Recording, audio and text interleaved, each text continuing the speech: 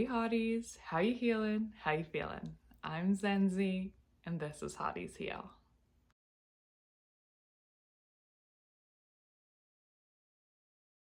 Today we're getting into the importance of setting boundaries. And the reason I want to talk about this is because you have to teach people how to treat you. And similarly, when they say treat people how you want to be treated, treat yourself how you want to be treated. Because when you treat yourself a certain way and you hold a certain value and worth on yourself, other people are going to see that and follow suit. When you don't have firm boundaries and you allow certain things to slide, whether it be within a specific relationship or just all around, you are showing that person that you do not respect yourself, so they're not going to respect you. When you're able to set boundaries, you set this expectation for how you would like to be treated. That's why it's so important to set boundaries from the beginning, if you can.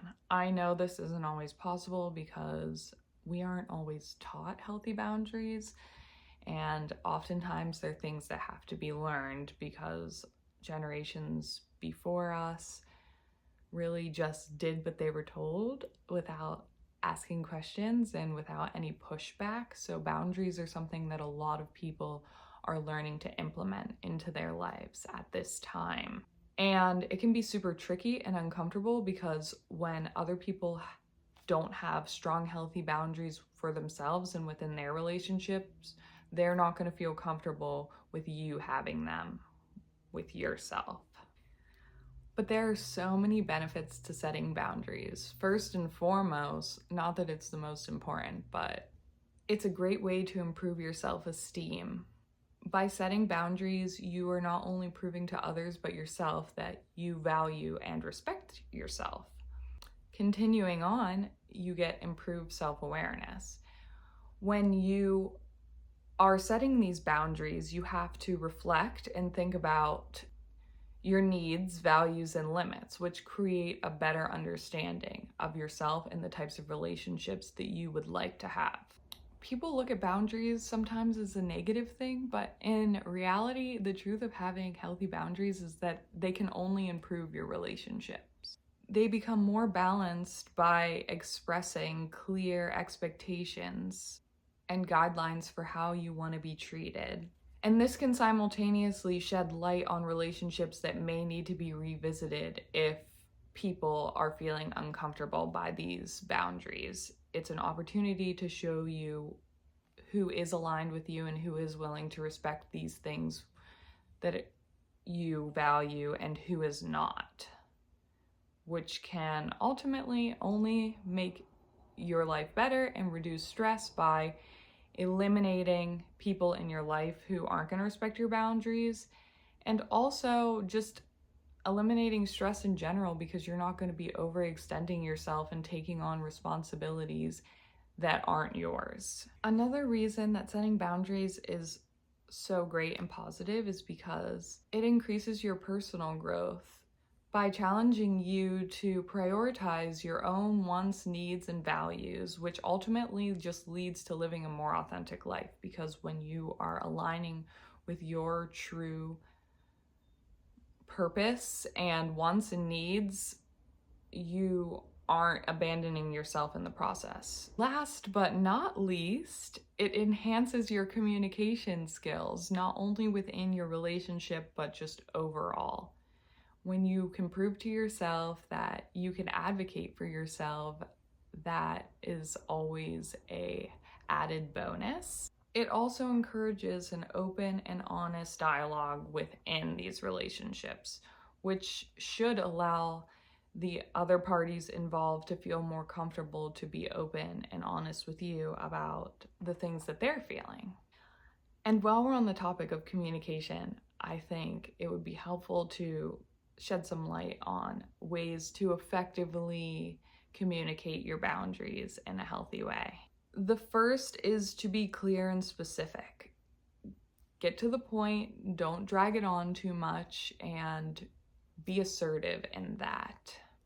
Use I statements to make sure that you are taking ownership of what you're speaking about as opposed to making the other person feel like it's an attack on them.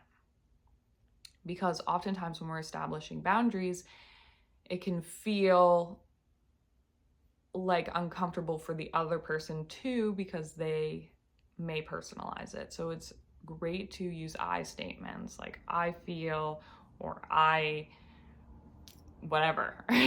Just use I statements. As I mentioned, be assertive and firm. I think when you are proposing and setting the guidelines for your boundaries, you have to be very confident in what you're saying, because people need to know that you're being serious about these things. Which leads me to setting consequences. And consequences sounds like a harsh word, but in order to establish healthy boundaries, you have to be able to follow through in the event that someone crosses that boundary. Because if you do not set a consequence for when someone crosses that boundary, they're most likely going to continue to cross it and other boundaries, because there's that lack of respect.